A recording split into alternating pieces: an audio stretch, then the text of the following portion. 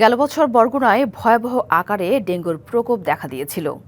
মৃত্যুর মিছিলে কেঁপে উঠেছিল জনপদ। সেই ভয়ঙ্কর অভিজ্ঞতার পরও টনক নড়েনি বরগুনা পৌরসভা ও জেলা প্রশাসনের। অভিযোগ, এই বছর নেই কার্যকর মশক নিধন ও পরিচ্ছন্নতা কার্যক্রম। স্থানীয় বাসিন্দাদের মধ্যে তীব্র ক্ষোভ ও উদ্বেগ বাড়ছে, যদিও পৌর কর্তৃপক্ষ বলছে পরিচ্ছন্নতা কার্যক্রম চলমান।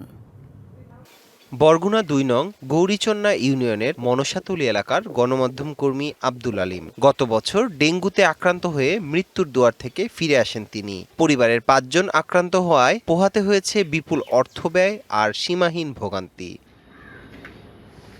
এবার আগেভাগেই সচেতন আব্দুল আলীম মশার কামড় থেকে রেহাই পেতে দিনের বেলাতেও কয়েল জ্বালাচ্ছেন আর সন্তানদের রাখছেন মশারির ভেতরে। এবছর আমি আমার বাচ্চা সহ পরিবারের যারা আছে তাদেরকে সেফ রাখার জন্য দিনের বেলায়ও কিন্তু মশারির মধ্যে রাখছি। এমনকি আমার যে বাচ্চারা যে পড়াশোনা করে সেখানে কিন্তু কয়েল জ্বালিয়ে রাখা হচ্ছে। ঈদ আসবে, সাথে ক্যাশব্যাকও আসবে। নিজের বা প্রিয়জনের জন্য কেনাকাটায় এবারও নগদ পেমেন্টে পাচ্ছেন দারুণ ক্যাশব্যাক। তাই যাই কিনুন, পেমেন্ট করুন নগদে। স্থানীয় বাসিন্দাদের অভিযোগ, নিয়মিত মশা নিধন ও শহরের ড্রেনগুলো পরিষ্কার না করায় অসহনীয় মাত্রায় বেড়েছে মশার উপদ্রব।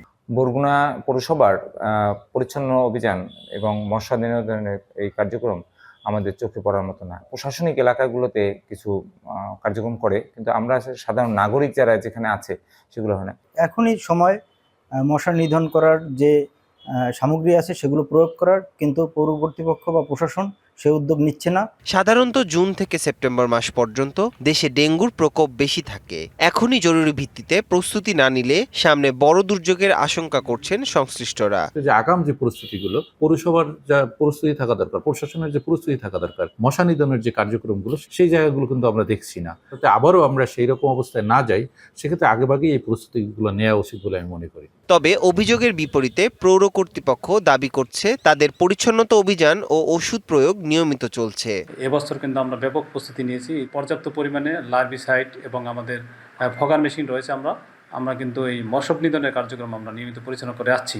আর স্বাস্থ্য বিভাগ বলছে জনবল সংকট থাকলেও গত বছরের অভিজ্ঞতা কাজে লাগিয়ে ডেঙ্গু মোকাবেলায় প্রস্তুত তারা। আমাদের গতবারের অভিজ্ঞতা থেকে আমরা বলতেই পারি যে আমাদের হাসপাতালগুলো যথেষ্টই সক্ষম যে ডেঙ্গি রোগীর চিকিৎসার ক্ষেত্রে, বিশেষ করে ল্যাব পরীক্ষা নিরীক্ষা, এটাতে আমরা কিন্তু অনেকখানি সক্ষমতা অর্জন করেছি। বরগুনায় চলতি বছর এরই মধ্যে ডেঙ্গু আক্রান্তের সংখ্যা শতাধিক। DBC news desk.